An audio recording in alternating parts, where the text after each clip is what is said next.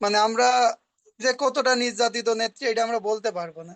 মানে মার খাইছে এই জন্য হয়তো আপনার সাথে কথা বলার সুযোগ হয়েছে, নাই কখনোই আপনার সাথে কথা বলার সুযোগ হতো না। আমি ছাত্রলীগ করে এদিকে আমার বোন অপরাধী, আমার দুলাভাই অপরাধী। আমার দুলাভাইয়ের সব বাসা অপরাধী। ভাঙে দিল, আমার দুলাভাই। সব। আমাদের সবচেয়ে বড় অপরাধ হলো এই দেশটা স্বাধীন করা। ওই ফকির যিনি বাচ্চাগুলি পাকিস্তানিদের পা চেটে থাকতো, বুটের লাথি খাইতো, সেটাই নেত্রী। ওই মেজর দিয়ে মেজরই থাকতো, হুম তাহলেই সব হুম ভালো থাকতো। হুম। হ্যাঁ। জি ঠিক বলছেন নেত্রী। তবে যারা মনোবলটা অনেক বাইরে গেল নেত্রী, আপনার কণ্ঠটা শুনতে যারা পেয়ে অনেক মারছে মনোবল যারা বেড়ে গেল। মারছে তাদের নাম ঠিকানা রাখো, আল্লাহ দিন দেবে। প্রতিটি ফোঁটা রক্তের শোধ নেওয়া হবে, হিসাব নেওয়া হবে। আমি আপনার সাথে কথা বলতে পেরে আপা সব ধরনের কষ্ট আমি ভুলে গিয়েছি। আমি আমি সুস্থ হয়ে আবার রাজপথে ফিরতে চাই। ইনশাল্লাহ আপনি তুমি শুধু সুস্থ দোয়া হয়ে রাখিয়েন যাবা। আপা। হ্যাঁ, আমি দোয়া করি তুমি সুস্থ হয়ে যাবে, এবং তুমি ধান কাটতে তোমার কৃষকদের পাশে দাঁড়াচ্ছ। এই যে ছাত্রলীগের ছেলেরা এত বড় মহৎ কাজ করছে, এটাকে ওরা অ্যাপ্রিসিয়েট করতে পারে না। লুটেরা খুনির দল, ওরা তোমাদের উপরে হামলা করে আর দেশটাকে ধ্বংসের দিকে নিয়ে গেছে। ওদের বিচার হবে একদিন। আমি জানি না জি আল্লাহ আপা, আমার কেন হাতের আমাকে রগটা বাঁচিয়ে কেটে দেয় রাখলো। আপা। হ্যাঁ, আমি তো কখনো ভাবিনি যে দেশ ছেড়ে আসবো, কিন্তু আমাকে দেশ ছাড়তে বাধ্য করা হয়েছে। মানে আমি জানতামও না যে আমি চলে এখানে আসছি, আমি তো জানতাম তো কি পারা যাচ্ছি। কিন্তু মনে হচ্ছে একদিক থেকে আল্লাহ বোধহয় আশীর্বাদ যে আমি আছি দেখে তোমাদের সবার সাথে কথা বলতে পারছি, যোগাযোগ করতে পারছি, খোঁজ নিতে পারছি।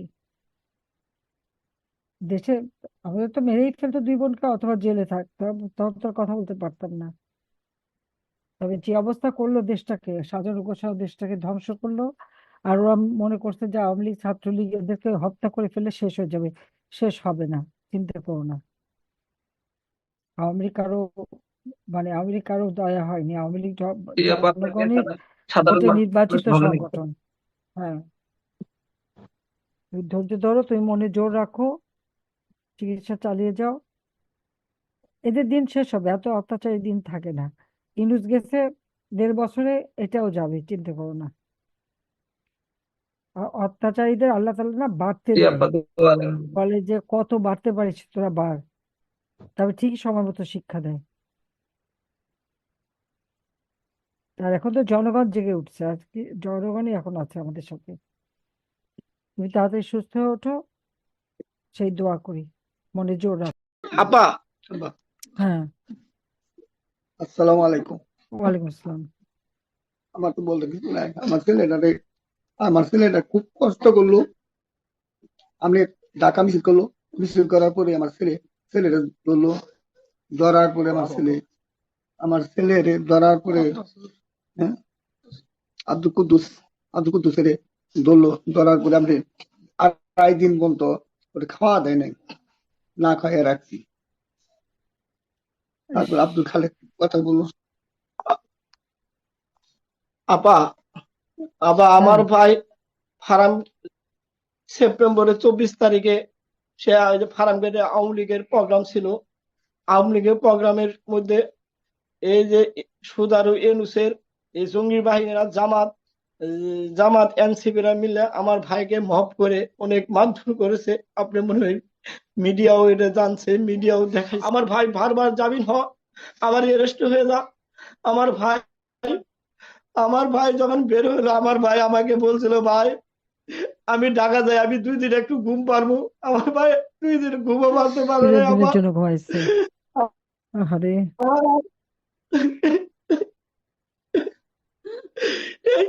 আ- আমার ভাইয়ের ছাত্রলীগ করে কারণে আমাকে আমার নামে মামলা দিয়েছিল, মামলা দিছে। এখন আমি রানিং 3টা মামলার আসামি। আমি আমার ভাই ছাত্রলীগে জড়িতর কারণে আমাদের অনেক ক্ষতিগ্রস্ত করছে।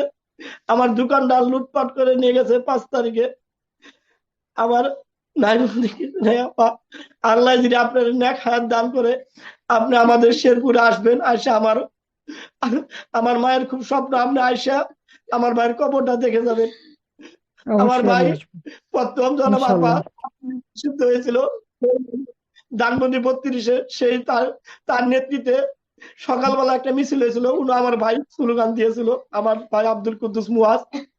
আবার আল্লাহ যদি আপনারা আবার এই দেশের দায়িত্ব দিবে, আমরা আমাদের একটা স্বপ্ন, আমার ভাইয়ের নামে এই শেরপুরে একটা কিছু আমরা প্রতিষ্ঠিত মেডিকেল, আল্লাহ আপনার যেন এই শেরপুর আমার ভাইয়ের নামে একটা হাসপাতাল হয়, এর লাগে আমরা দোয়া করি। আরো দোয়া করি, কেবল এসে নামাজ পড়ে আসলাম, আল্লাহ যেন আপনার নেক হায়াত দান করে, এটা যেন আমরা দেখে যাওয়ার পাই।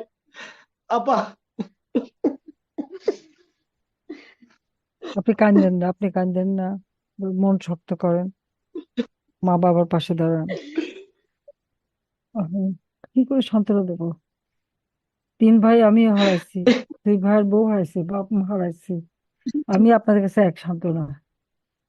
আমি জানি হারাবার জি আপা, কষ্ট, কিন্তু যারা এইভাবে অত্যাচার করে নির্যাতন করে মারছে তাদের ক্ষমা নেই, তাদের বিচার হবে, চিন্তা করেন না। আবার আল্লাহ ওই জন্য, যারা বাড়িতে আল্লাহ ওই কোনোদিন জন্য ক্ষমা আমাকে করবে বাঁচিয়ে রেখেছে, ওই জন্য আমাকে বাঁচিয়ে রেখেছে।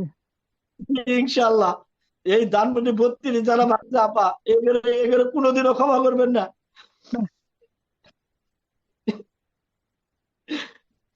প্রত্যেকটা এই সুধারের এই বাংলাদেশটা, এই সোনার বাংলাদেশটারে আপনি যেভাবে সাজাইছিলেন, এই দেশটারে তারা ধ্বংস করে দিয়ে গেল আপা, একেবারে শেষ করে দিচ্ছে, শেষ একবার করে শেষ দিয়ে করে গেছে দিচ্ছে। আপা। হুম, তার তো শোনা নাই জি আর আপা, কি। একবার আপা, আল্লাহ দিন আপনার রাত, আল্লাহ যেন আপনার দিন নেক রাত হায়াত দান পরিশ্রম করে। করছি, আল্লাহ যেন কোনদিন এগুলোর দুপুরে বিচারটা ভাতও খাইতে পারিনি।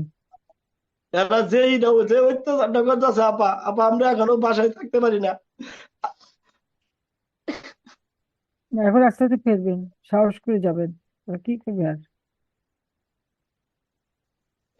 সে দরকার হলে সেনাপ্রধানকে ফোন দেবেন যে তুমি থাকতে, শেরপুরের লোক থাকতে আমার ভাই মরলো কেন।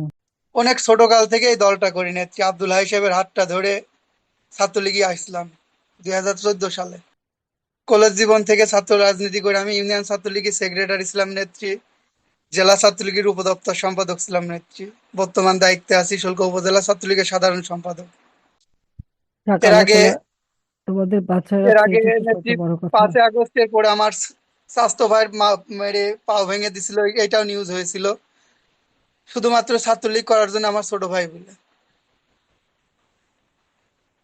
আমাদের গোষ্ঠীগতভাবে আমার আব্বু ছিল এখন ওয়ার্ড আওয়ামী লীগের সভাপতি, আমার চাচা একজন ইউনিয়ন আওয়ামী লীগের সহসভাপতি, সে মার্ডার হয় 2001 সালে বিএমপি জামাতের হাতে।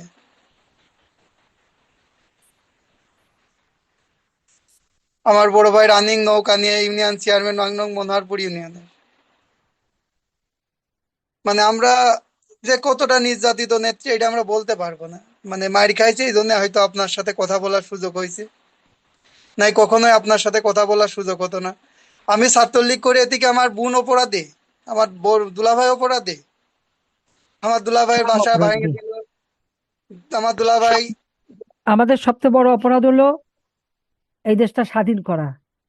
ওই ফকিরের জি নেত্রী, বাচ্চাগুলি পাকিস্তানিদের পা চেটে থাকতো, বুটের লাথি খাইতো, সেটাই নেত্রী। ওই মেজর দিয়ে মেজরই থাকতো, তাহলে হুম সব হুম ভালো থাকতো। হুম। হ্যাঁ, জি ঠিক বলছেন নেত্রী।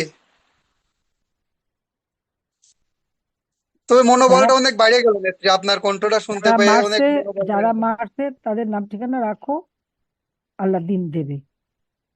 প্রতিটি ফোঁটা রক্তের শোধ নেওয়া হবে, হিসাব নেওয়া হবে। বাবু, প্লিজ ওই তো ফারজানাকে মেয়েকে দাও। একটু দাও।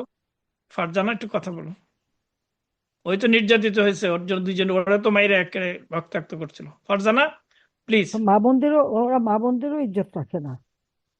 14 দিন আগে ওদের বিয়ে হয়েছে। বা 16 দিন, হ্যাঁ বললো তাই। 16 দিন, আচ্ছা, হুম। 16 দিন হলো, হ্যাঁ জি। নজরুল ভাই, জি। জি। আমার স্ত্রী তো এরকম ভাবে কথা বলতে চাচ্ছে না, কি করবো বলেন তো। না ঠিক আছে, থাক, 15 দিন না বলে থাক, ও থাক, থাক। রেস্টে থাক, চিন্তা করো না, ওর চিন্তা করতে মানে মানা করো। বিষয়টা লাইভ আসছে আল্লাহ তো, দিন সে একটা দেবে। ক্যাম্পাসে পড়া রানিং স্টুডেন্ট, বিষয়টা অন্যরকম নিতে পারে।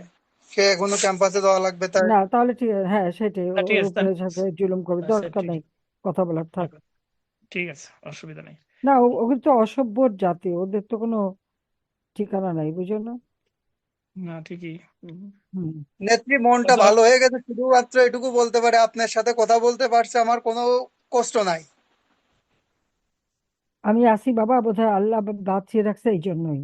তবে আর এই যে আমি তো একটা দেশের মানুষ বাইরে আসবো মারা গেছে কোনোদিন নেত্রী, তার ভাবতে। মুখ থেকে আপনার অনেক কথা শুনছি। আমাদের আব্দুল হাই সাহেব মারা গেছে, তার ফ্যামিলির সাথেই হাতে হাত দিয়ে রাজনীতিতে আসলাম। সে বলতো যদি কখনো কোথায় তার ফুপি বলে ডাকবা, আমার এই কথাটা বলে গেছিল। এই যে সে শৈলকুপার শুল্কু আব্দুল হাই ঝিনাইদহ। এমপি। হ্যাঁ, হুম। ঝিনাইদহ শুল্কুপা। হুম। আমাদের অভিভাবকই ছিল সে, তাছাড়া আমাদের কোনো অভিভাবক ছিল না। হ্যাঁ, খুব ভালো মানুষ। আসসালামু আলাইকুম আপা। হ্যাঁ, ওয়ালাইকুম সালাম।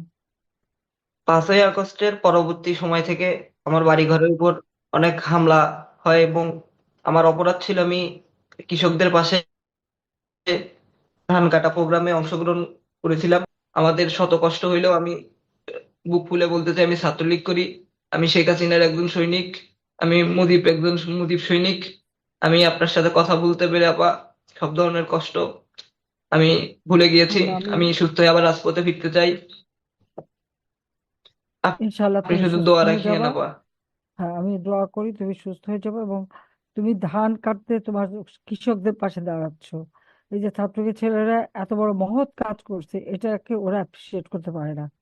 লুটেরা খুনির দল, ওরা তোমাদের উপরে হামলা করে আর দেশটাকে ধ্বংসের দিকে নিয়ে গেছে। ওদের বিচার হবে একদিন। হ্যাঁ, আমি তো কখনো ভাবিনি যে দেশ ছেড়ে আসবো, কিন্তু আমাকে দেশ ছাড়তে বাধ্য করা হয়েছে। মানে আমি জানতামও না যে আমি চলে এখানে আসছি, আমি তো জানতাম তো কি পাওয়া যাচ্ছে। কিন্তু মনে হচ্ছে একদিক থেকে আল্লাহ বোধহয় আশীর্বাদ যে আমি আছি দেখে তোমাদের সবার সাথে কথা বলতে পারছি, যোগাযোগ করতে পারছি, খোঁজ নিতে পারছি। দেশে আমাদের তো মেরেই ফেলতো দুই বোনকে, অথবা জেলে থাকতাম, তখন তো আর কথা বলতে পারতাম না। তবে যে অবস্থা করলো দেশটাকে, সাজানো গোছানো দেশটাকে ধ্বংস করলো। আর ওরা মনে করছে যে আওয়ামী লীগ ছাত্রলীগ এদেরকে হত্যা করে ফেলে শেষ হয়ে যাবে। শেষ হবে না, চিন্তা করো না।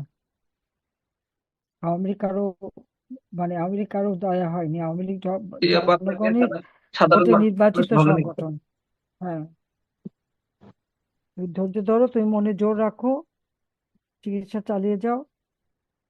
এদের দিন শেষ হবে, এত অত্যাচারী দিন থাকে না। ইউনূস গেছে 1.5 বছরে, এটাও যাবে, চিন্তা করো না।